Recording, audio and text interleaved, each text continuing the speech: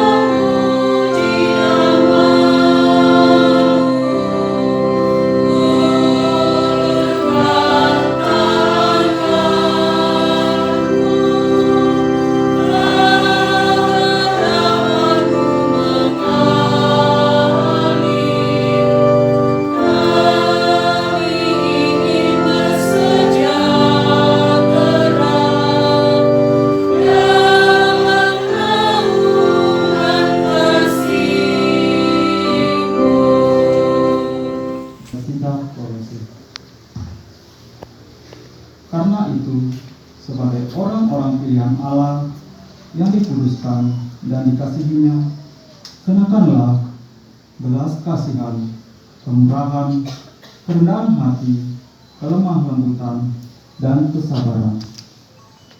Sabarlah kamu seorang terhadap yang lain, dan ampunilah seorang akan yang lain. Apabila yang seorang menaruh dendam terhadap yang lain, sama seperti Tuhan telah mengampuni kamu, kamu perbuat jugalah demikian. Dan di atas semua itu, kenakanlah kasih sebagai pengikat yang mempersatukan dan menyempurnakan. Hendaklah damai sejahtera Kristus memerintah dalam hatimu, karena untuk itulah kamu telah dipanggil menjadi satu tubuh, dan bersyukurlah. Hendaklah perkataan Kristus diam dengan segala kekayaannya di antara kamu, sehingga kamu dengan segala hikmat mengajar dan menegur seorang akan yang lain, dan sambil menyanyikan mazmur dan puji-pujian dan nyanyian rohani, kamu mengucap syukur kepada Allah di dalam hatimu. Dan segala sesuatu yang kamu lakukan dengan perkataan atau perbuatan, lakukanlah semua itu dalam nama Tuhan Yesus, sambil mengucap syukur oleh Dia kepada Allah Bapa kita. Hai istri-istri, tunduklah kepada suaminya, sebagaimana seharusnya di dalam Tuhan. Hai suami-suami, kasihilah istrimu, dan janganlah berlaku kasar terhadap dia. Hai anak-anak, taatilah orang tuamu dalam segala hal, karena itulah indah di dalam Tuhan. Hai bapak-bapak, Janganlah sakiti hati anakmu, supaya jangan tawar hatinya. Demikianlah sabda Tuhan.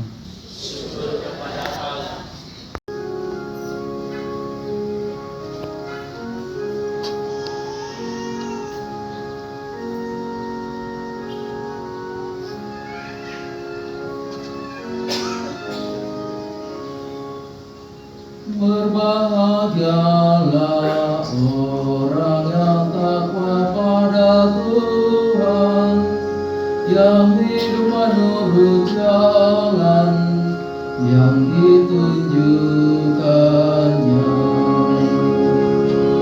Berbahagialah orang yang takwa pada Tuhan, yang hidup menurut jalan yang ditunjukkannya.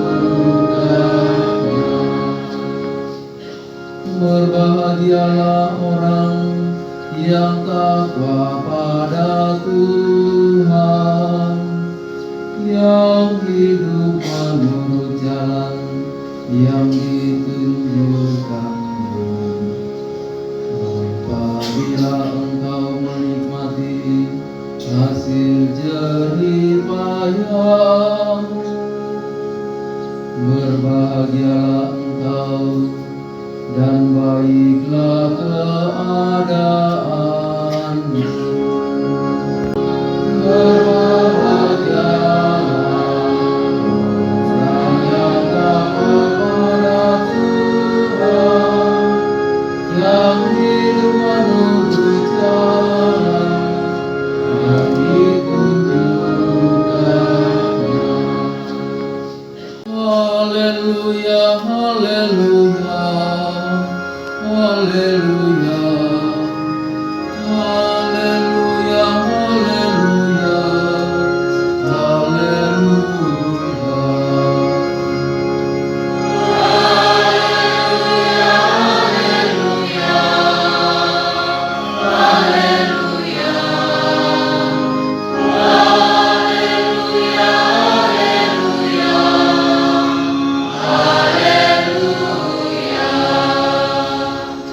Semoga damai sejahtera Kristus menguasai hatimu. Semoga sabda Kristus dengan segala kekayaannya tinggal di antara kamu.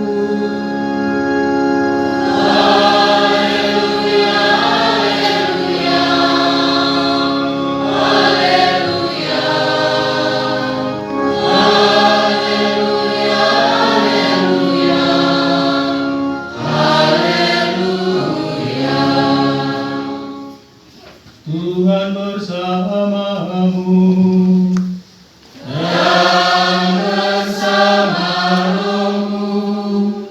Inilah Injil suci menurut Matius. Dimuliakanlah Tuhan.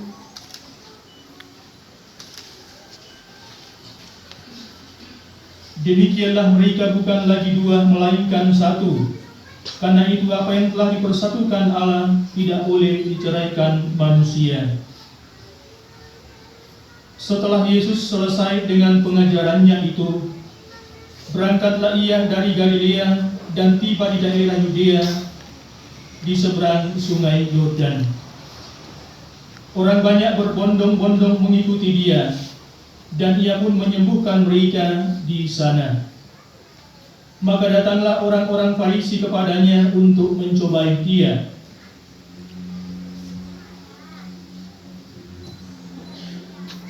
Mereka bertanya, apakah diperbolehkan orang menceraikan istrinya dengan alasan apa saja? Jawab Yesus, tidakkah kamu baca bahwa Ia yang telah menciptakan manusia sejak semula menjadikan mereka laki-laki dan perempuan? Dan firman-Nya, sebab itu laki-laki akan meninggalkan ayah dan ibunya dan bersatu dengan istrinya, sehingga keduanya itu menjadi satu daging. Demikianlah mereka bukan lagi dua, melainkan satu. Karena itu, Apa yang telah dipersatukan Allah tidak boleh diceraikan manusia. Demikianlah sabda Tuhan. Terpujilah Kristus. Pertama, di luar dari renungan kita pada kesempatan hari ini, bolehkah pastor tidak usah dipoto? Boleh ya? Ya. Baik, Pastor Rufinus yang saya kasihi, Bapak Ibu Saudara-saudari, rekan muda dan anak-anakku yang terkasih dalam Tuhan, juga kedua keluarga baik dari pihak Barto maupun dari pihak Stefani yang juga saya hormati, banggakan dan kasih, serta kedua anak kita terkasih. Mau disebut namanya? Oh, Stefani dan Barto ya. Saya lihat Stefani pagi ini lebih cantik ya. Lebih aku senyum terus ini ya. Ya. Tapi begini, kita mulai dengan yang pertama ya. Ketika bercerita sehubungan dengan rencana kedua pihak untuk saling menerimakan sakramen perkawinan, rupanya sudah ada tanggal yang dituju, lalu tanggal yang ditetapkan.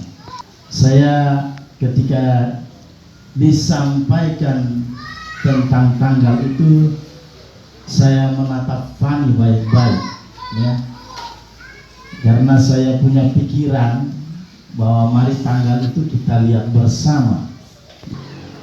Dan karena itu saya juga mengatakan kepada mereka berdua, saya setuju sekali dengan tanggal itu ya.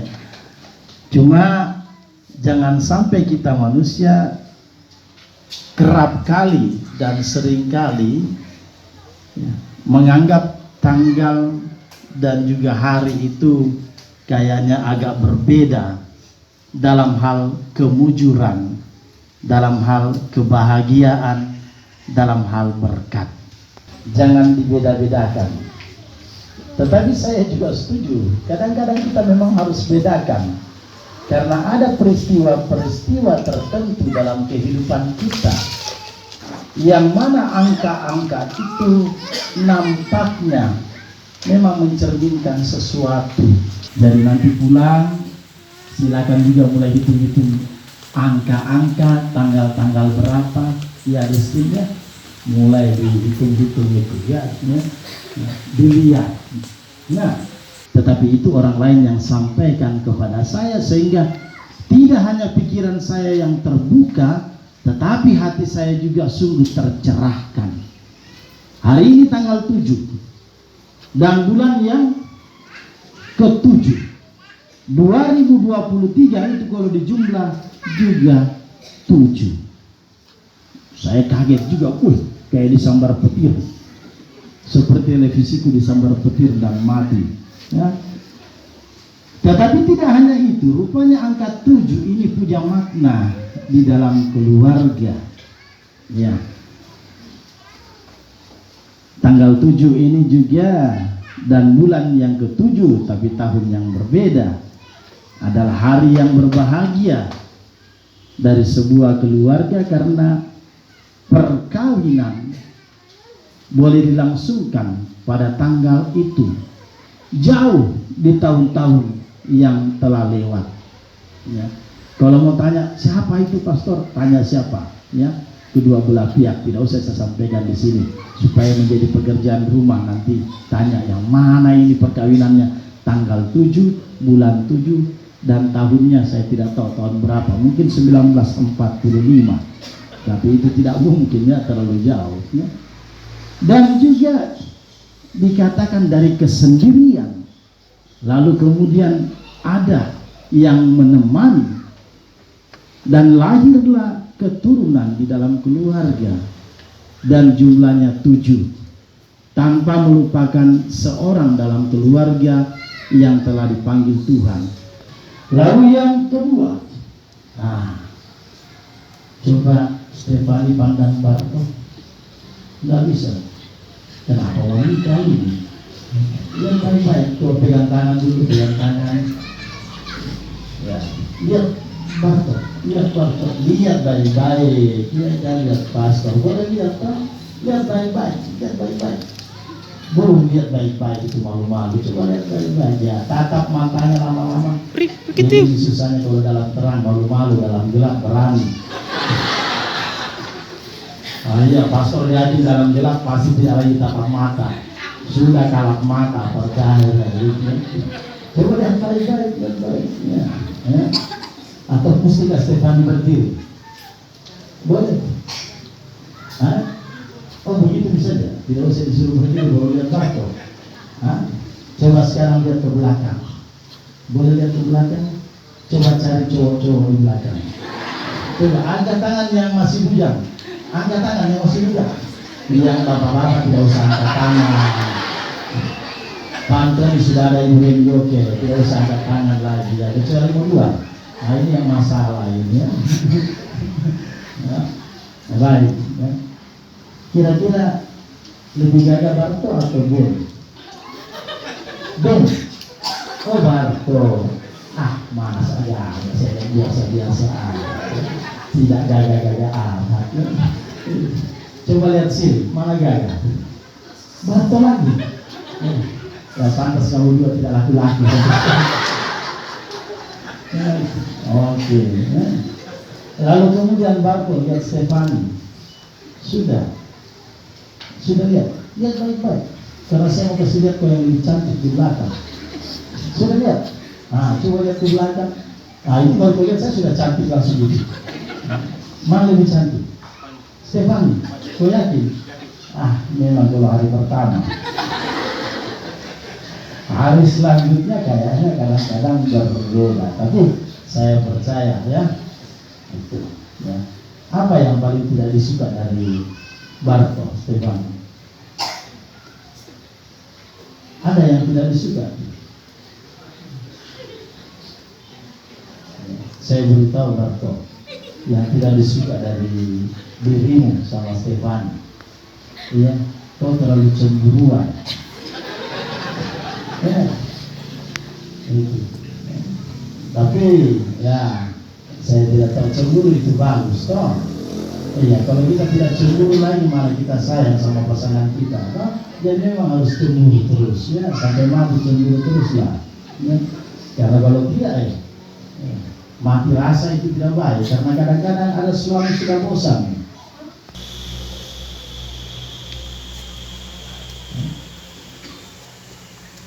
Mau saya beritahu teman. Menurut Barto, katanya kau sempurna. Saya malah tidak percaya.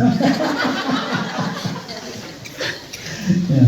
Tetapi memang ya, saya berterima kasih punya orang muda, salah satunya Stefani dalam gereja di paroki kami, karena banyak memberikan bantuan dan juga nasihat-nasihat untuk orang-orang muda. Nah, semoga masih tetap bersama orang muda ya, jiwa muda itu harus senantiasa ada. Nah, semoga cinta kasih mereka diberkati dengan rahmat yang berlimpah, agar anak-anak yang dianugerahkan Tuhan kepada mereka sungguh-sungguh mengembirakan hari mereka. Marilah kita mohon. Kabulkanlah doa kami ya Tuhan. Bapa yang Maha Kasih, semoga bahtera rumah tangga mereka tetap kokoh dan tetap tergoyahkan oleh berbagai tantangan dan kesulitan. Anugerahlah kekuatan dan kemampuan agar mereka dapat menjadi orang tua yang baik bagi anak-anak mereka seturut kehendak-Mu. Marilah kita mohon. Kabulkanlah doa kami ya Tuhan. Allah yang kekal dan kuasa, pelihara saudara-saudara kami ini dalam rahmat dan cinta-Mu seumur hidup mereka, dan bimbinglah mereka dalam membangun keluarga bahagia dan Tuhan dan pengantara kami. Amin.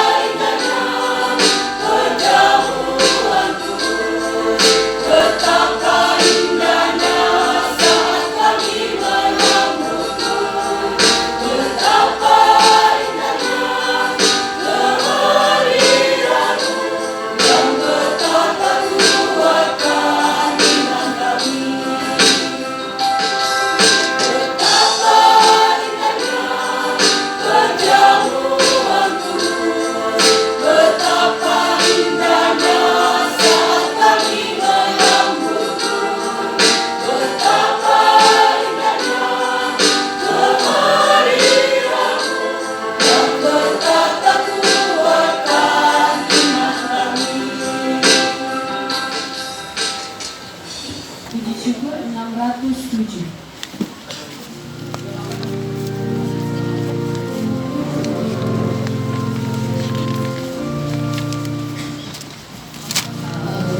Bapa Sang Pencipta manusia,